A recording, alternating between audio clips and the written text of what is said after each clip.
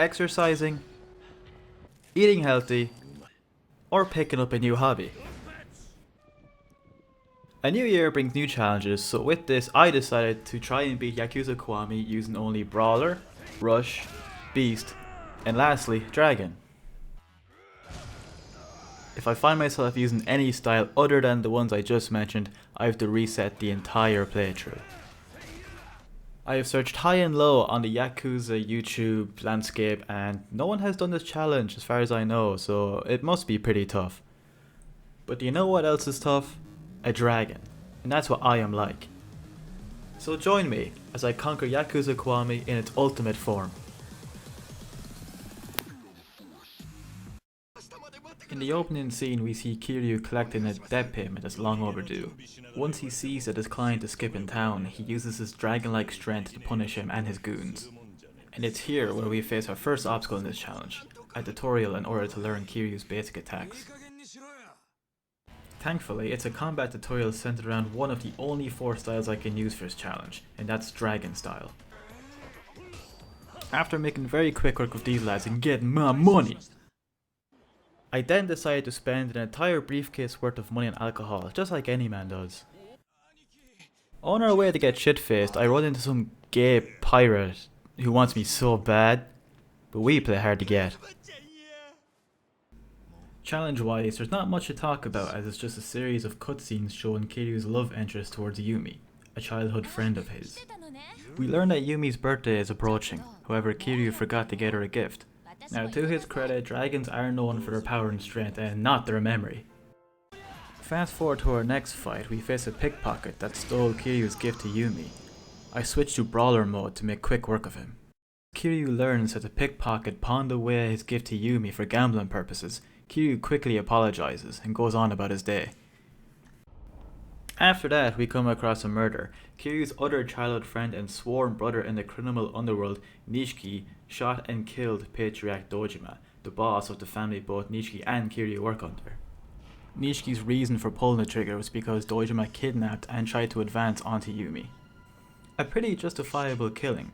However, given Japan's stance on sexual assault, Nishiki might as well have killed an innocent man here, so he's in big trouble. The forgetful Kiryu believes that it's Nishiki's birthday, so he takes the fall for him, as a birthday gift. And with that, Kiryu has to guzzle down prison slop for the next 10 years. During his meal, the guards announce a Royal Rumble match, where the winner can get his old haircut back. Given how fucking cursed Kiryu looks with his current hair, I wasted no time putting these lads away.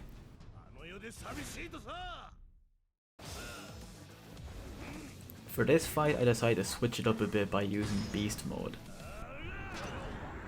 That way I control multiple people over the top rope. And Beast mode was the way to go. After being in a joint for 10 years, Kiryu learns that no one cared about his return except for this gay pirate. The challenge has been an absolute cakewalk up until this point, so much so I'm not even sure if it's a real challenge. However, this gay pirate, aka Goro Majima, is really giving me a run for my money here. Given the difficulty of this fight and with my back against the wall, I almost switched to a different style. However, I didn't. Now did I win? No. But do I have to for this challenge? Also no. It's with this fight that we learn Majima is not villain or foe, but rather a rival. This fight was a test for Kiryu, and both men agree that Kiryu has lost a step since entering prison. Majima decides to help Kiryu reclaim his former strength as he only wants to fight him at his best. He does this by continuously fighting wherever, whenever, Majima everywhere. Each fight against Majima we get closer and closer to completing the dragon skill tree, thus making the challenge a little bit easier. After doing time in the slammer, Kiryu wants to make an honest living helping out those less fortunate than him, like this intellectually disabled and hard of hearing man named Yuya. On top of all the things I mentioned about Yuya, he's also a hardcore racist, so he judges Kiryu on his looks, and thinks he's a Yakuza. Kiryu ensures Yuya he is no longer Yakuza, as he has been expelled since doing time in prison. Yuya, who is hard of hearing, gets confused, and decides to fight Kiryu instead. Kiryu knows this won't be an easy fight, as he is aware of Yuya's highly regarded strength. Since we don't want to mess up the challenge, we're using Brawler mode for this fight. Kiryu decides to help out Yuya here by utilizing an ancient Japanese technique from 1997 that helps cure intellectually disabled people. It ends up working and Yuya is very grateful for this. As a token of appreciation, Yuya invites Kiryu into his place of work for a free drink. It's here where we meet the owner of the Stardust Host Club, Kazuki. It's here where we're given a brief summary of the events of the Tojo clan over the last 10 years. Long story short, Nishiki is now evil, and the chairman of the Tojo clan, Sira, has been murdered. Kiryu didn't know Sira that well, so he decides not to go to the funeral. After a hard day's work, Kiryu decides to take a load off in Baka's, a traditional Irish pub. Upon entering, Kiryu notices all the dead bodies.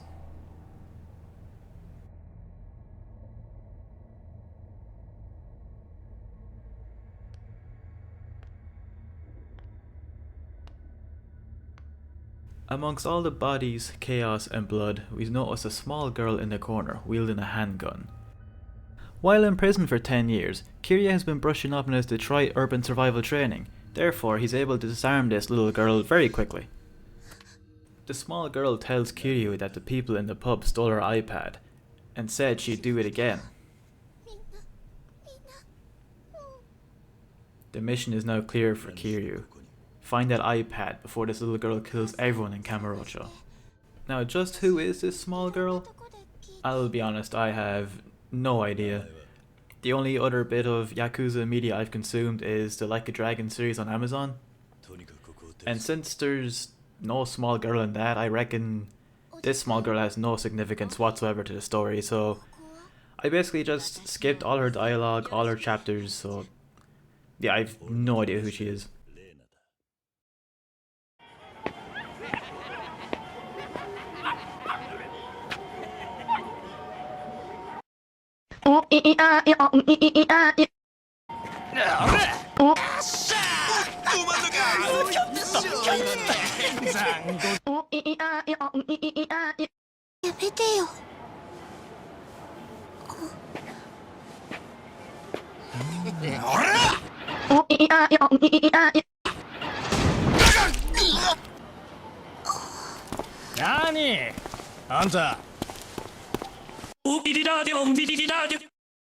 Anywho, off to our next adventure.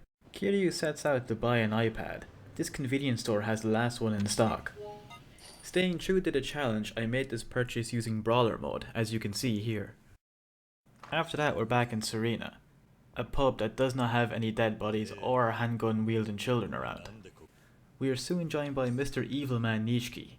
He's just like what he was once before, but now he's evil.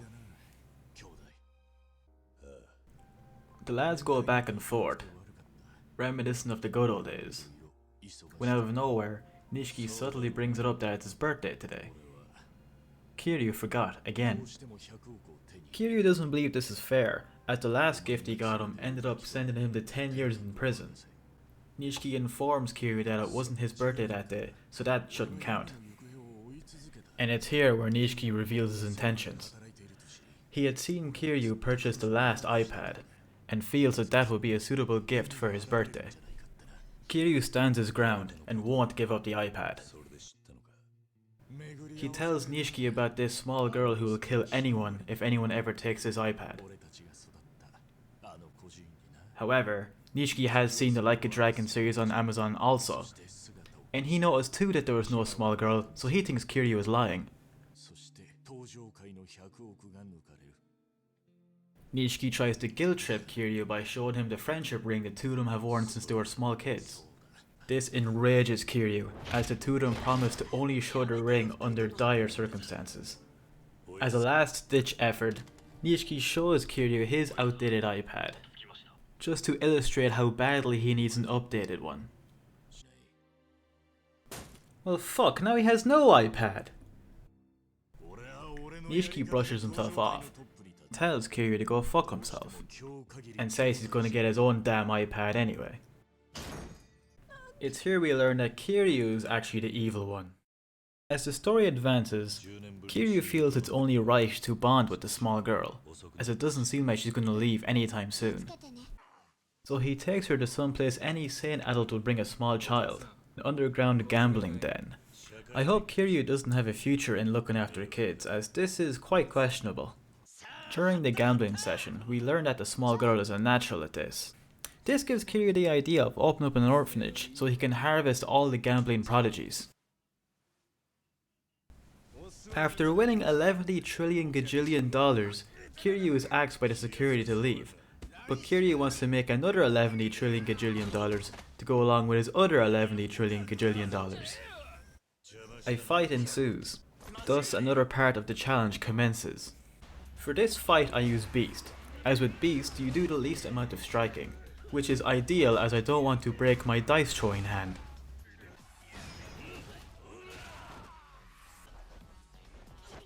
Now that's what I call a royal flush. With Kiryu now being the richest man in Kamurocho, he splurges big by buying this luxury cruise ship. And on this high-rise apartment, equipped with 5 bedrooms, 3 bathrooms, 2 kitchens, 8 rooms dedicated to karaoke, a bar, and a room with several rows of sticky plastic chairs face a stripper pole. Let's take a look there now, shall we?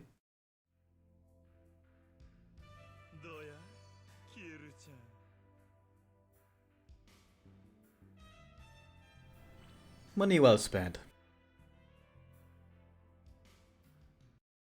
Word spreads quickly of Kiryu's infinite wealth and the small girl's world-class gambling strategies. Once word got to Kiryu's biggest rival, Gore Majima, Majima decides to rival it up by kidnapping and interrogating the small girl for any tips and tricks. Man, it's a good thing Majima is only a rival, otherwise this small girl would be in a lot of trouble. Kiryu's mind is put at ease upon learning that the small girl is in safe hands. He uses this alone time to brush up on his karaoke. Now who could that be? Why, it's the IRS of course. Kiryu greets the IRS, along with the small girl that made her own way back home, and some random housemate that Kiryu hired. Mr. IRS man accuses Kiryu of tax evasion, and tells Kiryu he has 1 week to pay up or he has no choice but to pack up and leave. The housemaid, who'd rather die than have to help Kiryu pack away all those karaoke microphones and sticky plastic chairs, threatens to blow up the property so no one can have it. This spooks Mr. IRS man. Kiryu de-escalates the situation by showing Mr. IRS man official government documentation that proves he is not evading his taxes. Mr. IRS man wants to take a closer look at the document, but he never learned how to swim, so he just takes Kiryu's word for it. When realizing he is no longer needed, Mr. IRS man goes on about his day. Back inside the house, Kiryu asks who's up for some karaoke, when an unexpected visitor in evil Nishiki shows up. Nishiki tells Kiryu he's been evading his taxes, got evicted, and needs a place to stay for the next few weeks, just until he's back up on his feet. Kiryu agrees, just so long as Nishiki doesn't touch his favourite karaoke microphone. Upon realising that her workload has suddenly doubled, the housemaid blows up the property, killing everyone.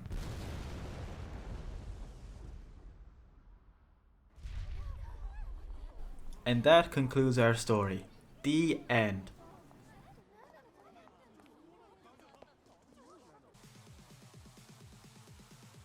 Well guys, that's it. Challenge complete. I managed to finish Yakuza Kiwami without reading the subtitles.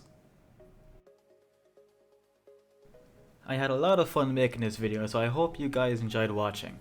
I love you. Till next time.